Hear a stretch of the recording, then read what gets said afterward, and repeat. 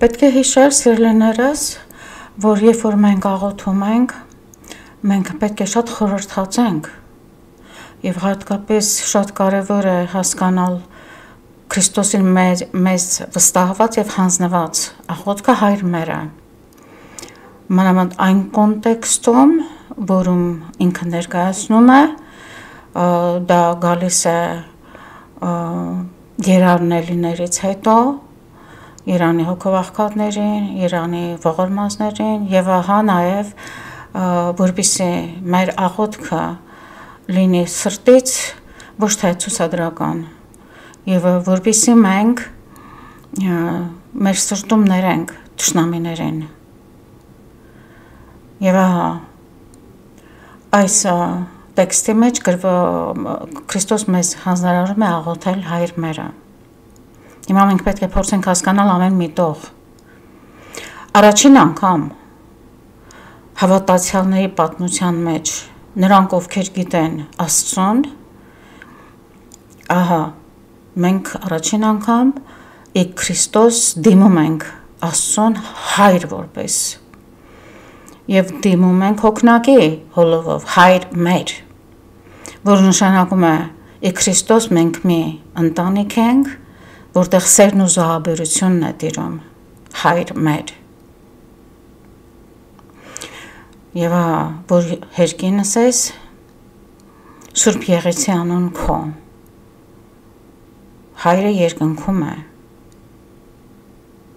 Եվ ահա, միթե նա երկրի վրա չէ, այստեղ պետք է ընդհանուր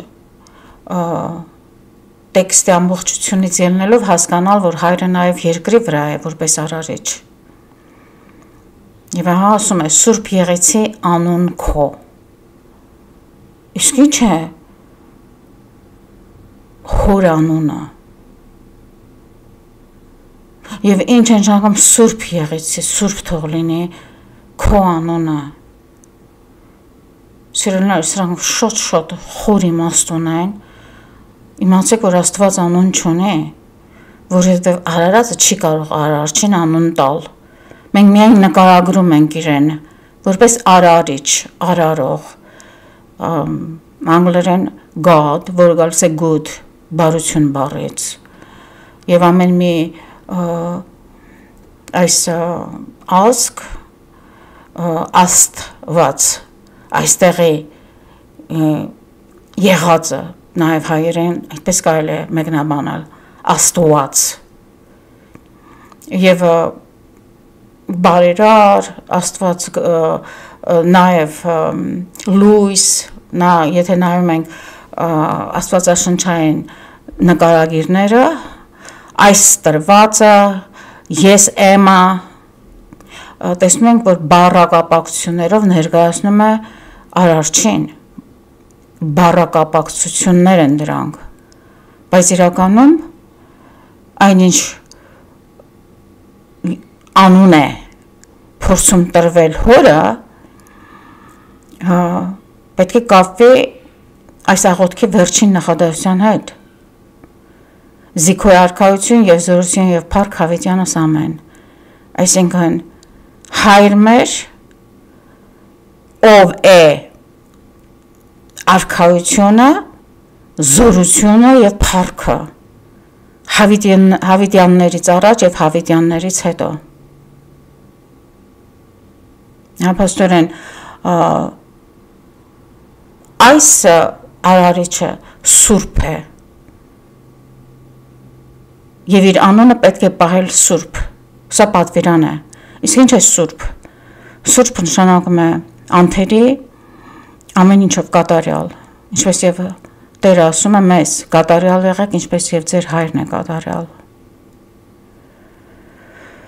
Ուրեմն հիմա արքայությունը, փաստորեն, մեր հայրը երկնքում է, իր տիրապետությունը, թագավորությունը երկնքում է, եւ մենք աղաչում ենք, որ նրա արքայությունը գա։ Եկեցեք արքայություն քո։ Այսինքն այդ արքայությունը գա իմ սրտի մեջ եւ իմ իրականության մեջ երկրի վրա եւ որպեսզի կամքը հոր լինի երկրի վրա, այնպես ինչպես երկնքում է։ Այսինքն հոր կամքը երկնքում է։ Չար հրեշտակների ապստամությունը այնտեղ ոչնչացրին, Լյուցիֆերը այլևս այնտեղ չէ։ Եվ ահա, այնտեղ են միայն իրեն փառաբանող արարածները, հրեշտակները եւ հոգիները փրկված։ Եվ ինչպես քո երկնքում է կամքդ կատարված, այնպես էլ թող երկրի վրա կատարվի։ Ինչ է սա նշանակում։ Սա նշանակում է, որ մենք խնդրում ենք երկրի վրա իր կամքը չկատարողները գնան միանան Լյուցիֆերյան բանակին, հեռանան մեր միջից։ Ուրեմն պետք է կատարել Աստծո կամքը։ Աստծո կամքի մասին խոսելով, սիրելիներս, դա մեծ առեղծված չէ։ Խոսքը վերաբերում է ընդամենը 10 պատվիրաններին, եւ մարդը հոգեվոր արարած է, եթե դուք խախտում եք 10 պատվիրանները, 1, 2, 3, 10, եթե անգամ մեկն եք խախտում, դա արդեն նշանակում է 10 եք խախտել, եւ դա ձեր հոգին եւ մարմինը պիտի մաշի։ Դու պիտի դադարվես կյանքից։ Այնպես որ նաեւ 10 պատվիրաններ գրված է մարդու հոգու մեջ։ Երբ որ դու խախտում ես 10 պատվիրանը, ինքդ քեզ հետ խղճով եւ մտքով հանգիստ չես։ Թե ինչ է նշանակում Աստծո կամքը։ Աստծո կամքը նշանակում է, որ ես արարչի ստեղծագործությունն եմ։ Եթե ես իմ կամքին վստահ եմ, ինչպես երեխան, որ չի հնազանդում ծնողին եւ գնում է դեպի կրակը, նետում է դեպի կրակը։ Նույն բանն է, սիրելիներս, մենք պետք է սա հասկանանք, որ Աստծո կամքը մեզ վերադարձնում է մեր կատարելությունը։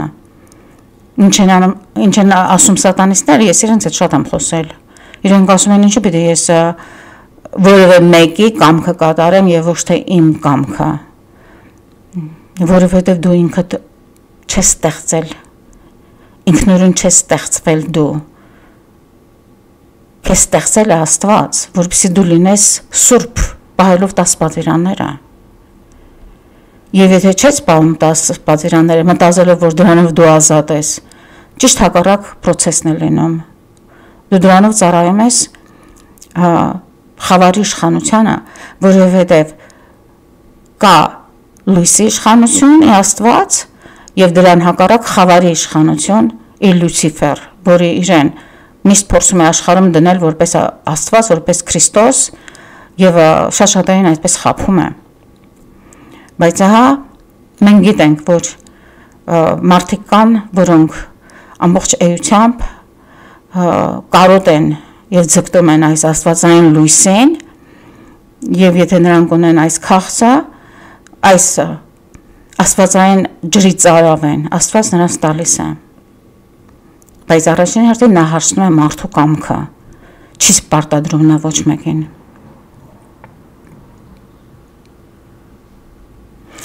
Եվ ահա եղեցի քո կամքը, որպես հերկինես եւ հերկրի, ինչպես երկնքում է, այնպես էլ լինի երկրի վրա, այսինքն չարիք չլինի երկրի վրա, սիրելիներս, եւ դա պետք է ի կատարած, երբ որ Քրիստոսը գա երկրորդ անգամ, չարիք չլինելու այլևս։ Եվ ահա մենք խնդրում ենք ամենօրյա մեր հացի համար։ Ինչ է այս հացը։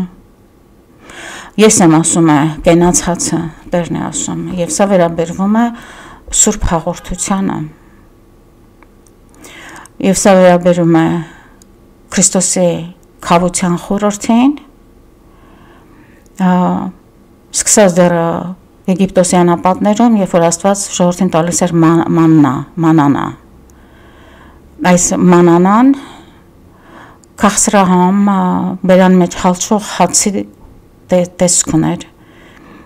բայց դա աստվածային խնամքի խորհուրդն է եւ աստվածային ներկայության խորհուրդն է, որը նոր կտակարանում վերածվեց Աստծո հետ միաձուլվելու խորհրդի Քրիստոս մարմին եւ արյուն։ Նաեւ իհարկե ասած մեր անապազոր դուր մեզ այսօր վերաբերում է նաև մեր ամենօրյա ուտելիքին, այսինքն մեր գոյությանը, այստեղ պետք է նաև հասկանալ, որ հացը նաև մեր գոյությունն է, եւ ահա գալիս է ներելու պատվիրանը, ներիր մեզ, մեր պարտքերը ներիր, այսինքն եթե դուք չեք կատարում Աստծո կամքը եւ ընդդիմանում եք 10 պատվիրաններին, դուք մնում եք պարտական Աստծուն։ Խոնարհություն է հասկանալ, որ մենք ընդհանրապես արարածներ ենք եւ մեր կամքը չար է, որտեղ ընկած է մեր բնությունը։ Եվ ահա,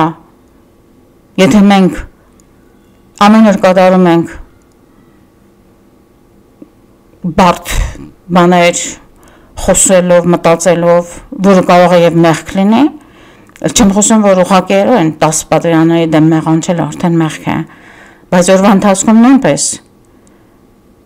մենք կարող ենք դուրս չգալ Աստծուն եւ ահա իմանալով մեր տեղը, մեր ընկած բնության տեղը,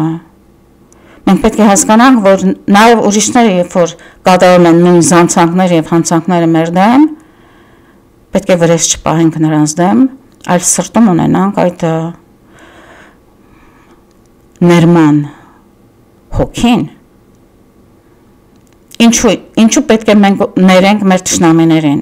որովհետև եթե մենք չենք ներում, դա մեր հոգին կրծում է եւ ոչնչացնում է մեր իսկեությունը, դա խանգարում է մեր խաղաղությանը, դա խանգարում է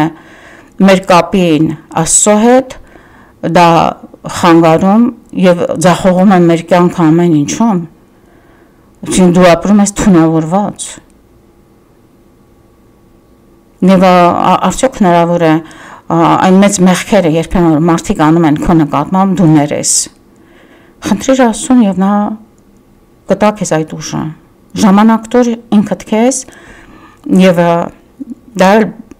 բուժման պես մի բան է եւ այդ բուժումը կգա։ Եվ ինչու են ձեր կարծիքով բանականները մեկուսանում, քչացնում իրենց կապը մարդկանց հետ, որպեսզի այս փորձությունների մեջ չընկնեն։ Ահա, եւ մի տաներս մեզի փորձություն։ Ահա, սիրելիներս, Վատիկան երկրորդի այս սուտ պապերը, ես իրենց պապը ինչ է, պապը իմ հայրն է, որը գիշեր-ցերեկ մտածում է իմ փրկության մասին, բայց սրանք գիշեր-ցերեկ մտածում են ինչպես անեն, որ իմ հավատքը խախտեն։ 1960-ից հետո Վատիկան երկրորդ ժողովը, որը կազմակերպեցին բողոքական մասոնները եւ նրանց համար այլևս աստվածային հայտնությունները իրական եւ օբյեկտիվ չեն, այլ պայմանական են եւ սուբյեկտիվ։ Դուք հասկանում եք սա ինչ է նշանակում։ Եվ ահա այս Բերգոլո նախավերջին պապա ասում էր, որ պաշտոնով հայտարարված պապա, որը պետք է փոխել եւ մի տաներս մեզի փորձություն, որ Աստված, որովհետեւ մարդուն փորձության չի տանում։ Եթե այդպես է, բա ինչու Աստված թույլ է տալիս, որ մեր մեջ հենց հիմա, եթե քո հոգեվոր տեսողությունը բացի, ամեն օր կտեսնես հազարավոր դևեր։ Նրանք ամեն օր են։ Բա ինչի Աստված թույլ տալիս, որ նրանք տարտարոսից դուրս գան եւ անտեսանելիորեն ապրեն մեր մեջ եւ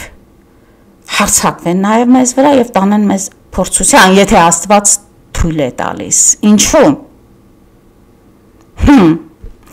Որովհետեւ մենք այնքան ինքնաշողոքորթող ենք, ամբիցիոզ ենք, որ դառնում ենք փարիսեցի։ Ես բարություն եմ անում, ես գնում փողոցում, մարդկանց կողքին նստում տնանքների, բան չունեմ ասելու, ընդունակ եմ լաց լինելու, ընդունակ եմ օգնելու իրենց, ընդունակ եմ տեղավորելու իրենց, մտնելով քաղաքական հարցերի մեջ եւ այլն, բայց ահա մի օր առավոտյան շատ վաղ ժամը առավոտյան 5-ի կողմեր ես պետք է գնամ եկեղեցի եւ քայլելով գնում եմ դեպի մետրո, ոչ ոք չկա այս փողոցներում Եվ ահա երիտասարդ աղջիկ կիսատկլոր ամբողջ մարմինը թարախային բալարներով լցված, դեմքը նույնպես դուրս եկան իմ առաջ։ Եվ գիտեք ես ինչ արեցի։ Ես փախամյուս մայր։ Ես փախամյուս մայր։ Սարսափած։ Եվ անմիջապես հիշեցի, որ Սուրբ Ֆրանցիսկը նայում է ինձ, ինքն է օրհնել ինձ, եւ ինքը գնում էր եւ այդ բոլոտներին համբուրում էր։ Եվ ինձ ստիպեցի ես հետ գնալ նույն մայթը եւ կանել այդ աղջկա առաջ։ Եվ իմ ձեռքին կա Աստվածամոր հրաշագործ մեդալը։ Ես նայեցի իրեն եւ ասացի. Աստվածամորը քեզ կօգնի, խնդրում եմ ընդունիր այս հրաշագործ օրհնված մեդալը, որի վրա գրված է ով Աստվածամայր ինձ հետ եղիր միշտ։ Գիտեք ինչ, երբ որ այդ աղջիկը իր ձեռքը մեկնեց, նորից թարախակալված կեղտոտ, որպեսզի վերցնի մեդալը, ես զգացի, որ հուզմունքից դողում է ձեռքս, որովհետև իմ մտահոգությունն էր, այդ պահին միակ մտահոգությունը, որ իմ ձեռքը չդիպչի իր ձեռքին։ Հասկանում եք, ինչ աստիճանի ստորն եմ, ինչ աստիճանի վախկոտ եսասերն եմ, բա փորձությունը եկավ, հիմա ես գիտեմ, ընդունում է արդյոք իմ բարեգործությունները Աստված, արդյոք ընդունում է, բայց ահա, ինչ է սա նշանակում, բոլորդ մոտ կա դա սիրելիներս, ամեն ձևով դուք փորձվում եք, Աստված թույլ է տալիս, ինչու, որպեսզի մենք հասկանանք, որ մեր բոլոր բարությունները, բարեգործությունները, բարի կամքը սահմանափակ է։ Եվ ահա փորձեց չարը մեզ, որպեսզի մենք ավելի լավ ճանաչենք ինքներս մեզ, բայց չարը կարող է նաև կործանել մեզ, որովհետև նա մոտեցել է մեզ եւ ահա այստեղ է, որ ասում ենք, այլ փրկյաս մեզի չար է, ասենք մի թող ավելին անի չարը, քան կարող ենք տանել, որքան հրաշալի է հայրը խնամում մեզ եւ քայլ առ քայլ տանում դեպի կատարելության հենց այս փորձության միջոցով, ինչպես եւ Սաղմոս 2-ն է ասում, փորձեր իմ գերիկանները, այսինքն որպեսզի իմ բոլոր թուլությունները եւ հասկանամ էությամբ, թե ես ինչքան կարող եմ այդ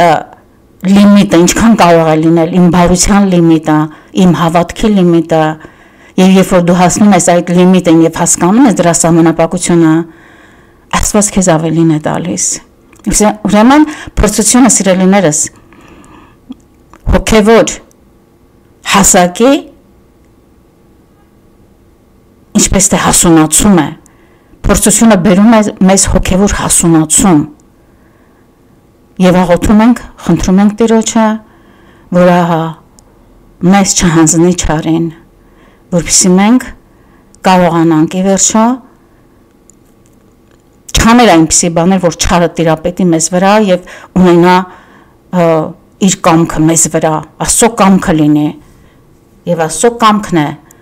մեզ տեսնել սուրբ, քանզի արքայությունը իրենն է եւ զորությունը իրենն է եւ փառքը իրենն է եւ մեզնից պահանջում է միայն մի բան, որպեսզի մենք բոլոր տեսակի փորձություններից եւ ամեն ինչի զոհ որ կարող ենք դառնալ, կարող ենք խուսափել, գիտեք ինչով, եթե ամեն օր, ամեն վայրկյան փառք տանք Աստծուն հավիտյանս հավիտենից, ամեն